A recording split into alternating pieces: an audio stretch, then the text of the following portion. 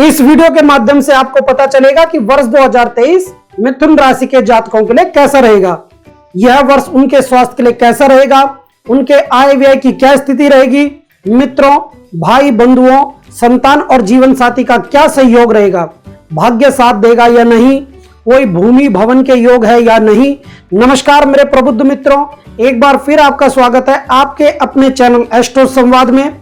इस वीडियो में आगे बढ़ने से पूर्व आप सभी से मेरा नम्र आग्रह है कि अगर अभी तक आपने इस चैनल को सब्सक्राइब नहीं किया है तो इस चैनल को सब्सक्राइब कर लें और साथ में बेल बटन को भी अवश्य दबा दें ताकि जब भी मैं कोई नया वीडियो अपलोड करूं वह आपको समय पर प्राप्त हो सके। सबसे पहले आपको बता देते हैं कि यह राशिफल आपके चंद्र राशि पर आधारित है। इस राशिफल को आपके गोचर कुंडली में सूर्य आदि नवग्रहों की गति और विभिन्न नक्षत्रों और राशियों में उनके गोचर को ध्यान में रख करके तैयार किया गया है। अगर आपका नाम स्क्रीन पर दिए गए इन अक्षरों से शुरू होता है तो आपकी कन्या राशि बनती है और यह राशिफल आपके लिए ही है। तो आइए सबसे पहले यह जान लेते हैं कि आपकी कुंडली में ग्रहों का गोचर इस वर्ष कैसे कैसे होगा। सबसे पहले बात करते हैं एक राशि पर 2.5 वर्ष तक रहने वाले ग्रह भगवान शनिदेव के बारे में। इस वर्ष शनिदेव आपकी राशि में अष्टम भाव में 17 जनवरी तक विराजमान रहेंगे। इसके पश्चात शनिदेव 17 जनवरी को अपना गोचर करते हुए मकर राशि से निकल करके कुंभ राशि में आपके भाग्य स्थान में चले जाएंगे। इस प्रकार आपके स्वग्रही राशि कुंभ में होने से शनिदेव आपको भाग्यशाली बनाएंगे। जनवरी तक आपकी राशि से अष्टमस्थ होने के कारण से जो शनिदेव द्वारा आपके ऊपर ढैया चल रही थी वह भी समाप्त हो जाएगी। इस प्रकार शनि द्वारा ढैया के कारण से जो आप पर दुष्प्रभाव पड़ रहे थे वह भी समाप्त हो जाएंगे। आपकी कुंडली में 22 अप्रैल तक देवगुरु बृहस्पति 10वें भाव में मीन राशि में रहेंगे। इसके पश्चात वह एकादश भाव में मेष राशि में चले जाएंगे। राहु का गोचर 30 अक्टूबर तक आपके मेष राशि में एकादश भाव में रहेगा। इसके पश्चात राहु का गोचर 30 अक्टूबर को एकादश भाव से निकल करके 10वें भाव में मीन राशि में होगा। केतु ग्रह भी इसी प्रकार पंचम भाव से निकल करके आपकी कुंडली के चतुर्थ भाव में गोचर करेंगे। इसके अतिरिक्त अन्य ग्रह जो तीव्रगामी होते हैं जैसे चंद्र, मंगल, सूर्य, बुध, शुक्र भी वर्ष भर अलग अलग राशियों पर जाएंगे और मिथुन राशि के जातकों के ऊपर अपना अपना प्रभाव डालते रहेंगे। तो आइए जानते हैं जनवरी से दिसंबर तक इन सभी ग्रह गोचर का आपके जीवन पर क्या क्या प्रभाव होगा। जनवरी के महीने में 16 जनवरी तक शनि की ढैया रहने से कार्य और व्यवसाय में संघर्ष रहेगा, परंतु बुध ग्रह की स्वग्रही दृष्टि से आपके कार्यों में वृद्धि होगी। आप अच्छे आय के साधन बना पाएंगे। 17 जनवरी से शनि की ढैया समाप्त होने से मानसिक तनाव से मुक्ति मिलेगी। स्वास्थ्य समस्या में थोड़ी बहुत कमी आएगी। आप पाएंगे कि आपका भाग्य आपके साथ दे रहा है। फरवरी के महीने में 7 तारीख से 27 फरवरी तक बुध आपकी कुंडली में अष्टम भाव में होने से व्यवसाय में भागदौड़ बनी रहेगी। स्वास्थ्य विकार का भय है। अपने भाई बंधुओं से भी मतभेद हो सकते हैं। थोड़ा आर्थिक समस्याओं का भी सामना करना पड़ सकता है। मार्च के महीने में बुध ग्रह अस्त होगा, लेकिन बुध को अस्त होने का दोष नहीं लगता है। 16 मार्च तक बुध के भाग्य स्थान में होने से प्रतिष्ठित लोगों से आपके संपर्क बनेंगे जिसके कारण से भाग्य में वृद्धि होगी। लेकिन जैसे ही 16 मार्च को बुध 10वें भाव में मीन राशि में जाएंगे, बुध के नीचस्थ होने से मानसिक तनाव और बनते हुए कार्य बिगड़ जाएंगे। अपने भी प्रायों जैसा व्यवहार करने लग जाएंगे। इस महीने में आप अपने व्यवहार को नरम रखें, किसी को कुछ भी उल्टा सीधा बोलने से बचे, इसी से आपका लाभ होगा। अप्रैल के महीने में देवगुरु बृहस्पति मीन राशि से निकल करके मेष राशि में जाएंगे जिससे आपकी आमदनी में अच्छे वृद्धि के योग देखने को मिल रहे हैं। संतान की तरफ से सुख समाचार प्राप्त होंगे। आपकी कैरियर में सफलता के योग लग रहे हैं। आपके वेतन में वृद्धि के योग लग रहे हैं। 21 तारीख अप्रैल से बुध के वक्री होने से स्वास्थ्य थोड़ा नरम हो सकता है। आप अपने किसी महत्वपूर्ण काम के लिए काफी भागदौड़ कर सकते हैं। मई के महीने के पूर्वार्ध में व्यर्थ की चिंता और कार्य विलंब होने के योग हैं। 15 मई से बुध के मार्गी होने से लाभ के अवसर प्राप्त होंगे। आपको जमीन जायदाद और उसके मामले में कोई समस्याएं झेलनी पड़ सकती है। पारिवारिक समस्याएं उत्पन्न हो सकती है।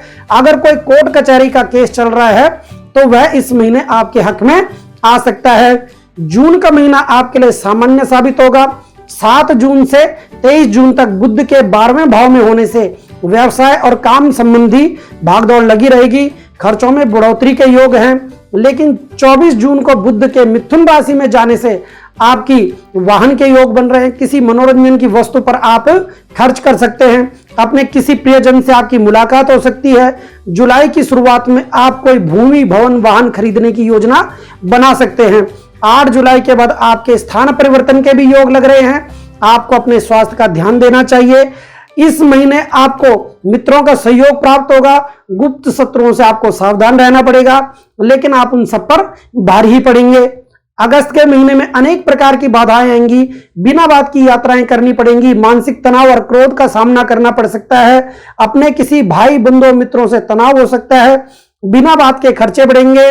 उसके पश्चात सितंबर का महीना आपके लिए उत्तम होगा। इसमें आपके बिगड़े कार्य बनते हुए जाएंगे।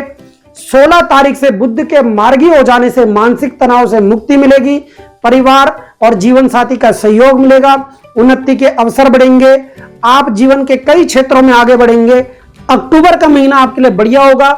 इस महीने में आप कोई भूमि, भवन या वाहन खरीद सकते हैं। महीने के शुरू में ही बुध के उच्च अवस्था में होने के कारण से अचानक से धन लाभ होगा। अपने भाई बंधुओं के सहयोग से आपके सभी बिगड़े काम जो है वो बनते हुए चले जाएंगे। 18 तारीख से बुध के पंचम भाव में केतु के साथ होने से आपके अंदर क्रोध और उत्तेजना बढ़ सकती है। छोटी छोटी बातों पर गुस्सा होने से बचे।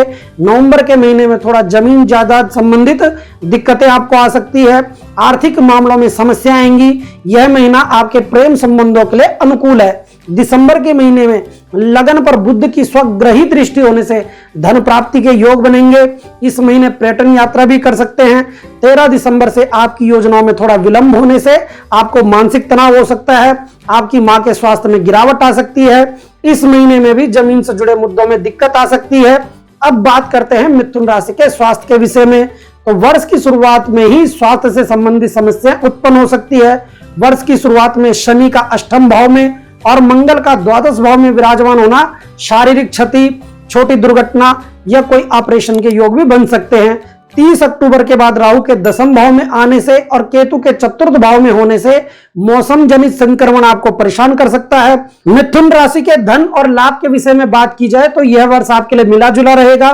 30 अक्टूबर को राहु के एकादश भाव को छोड़कर के दशम भाव में जाने के बाद बृहस्पति जब वहां पर अकेले रह जाएंगे, तो जब यह समय आएगा, इस दौरान आप कोई भी कार्य करेंगे उसमें आपको सफलता और धन लाभ होगा। अप्रैल और मई में आपको सरकारी क्षेत्रों से लाभ होने के भी योग बनते हैं। मिथुन राशि के लिए यह वर्ष संपत्ति की दृष्टि से सामान्य रहने वाला है। वर्ष की शुरुआत में चाहे आप चल संपत्ति हो या अचल संपत्ति, उसको खरीदने से आपको बचना चाहिए। मार्च अप्रैल में अचल संपत्ति के योग बन रहे हैं। अक्टूबर के महीने में आप कोई अपना मनपसंद वाहन खरीद सकते हैं। वर्ष के आखिरी के 2 महीने कोई भी चल और अचल संपत्ति खरीदने से आपको बचना चाहिए। मिथुन राशि के जातकों के लिए अगर संतान पक्ष के विषय में देखा जाए तो यह वर्ष उनके लिए मिला जुला रहेगा। एकादश भाव में राहु की स्थिति और पंचम भाव में केतु की स्थिति पंचम भाव को प्रभावित करेगी और अष्टम भाव में बैठ करके शनि महाराज भी संतान भाव को देखेंगे, जिसके चलते वर्ष के शुरुआत में संतान को कष्ट हो सकता है। लेकिन 17 जनवरी के पश्चात शनि महाराज के राशि परिवर्तन करने से समस्याओं में कमी आएगी। 22 अप्रैल को जब बृहस्पति का गोचर एकादश भाव में होगा तो यहां पर बृहस्पति अपनी शुभ दृष्टि से पंचम भाव को देखेंगे।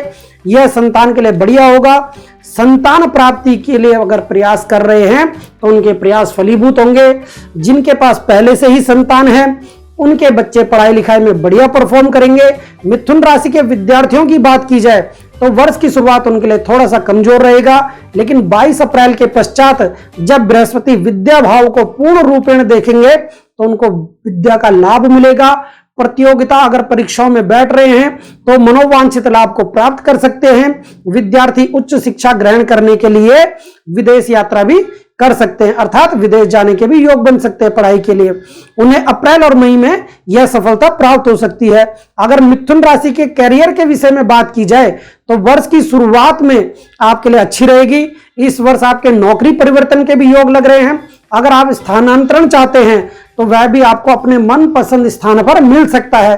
कैरियर के हिसाब से यह वर्ष मिथुन राशि के जातकों के लिए बढ़िया रहेगा। मिथुन राशि के जातकों को वर्ष 2023 में नवग्रह उनके अनुकूल हो, इसलिए यह ज्योतिषीय उपाय अवश्य करने चाहिए।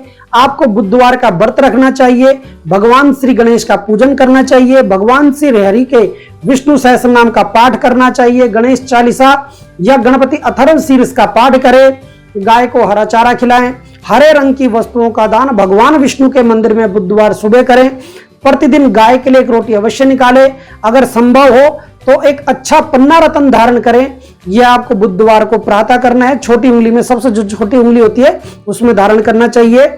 मित्रों, आशा करता हूं आपको यह वीडियो पसंद आई होगी। अगर आपको यह वीडियो अच्छी लगे तो इस वीडियो को शेयर और लाइक अवश्य करिएगा। धन्यवाद, नमस्कार।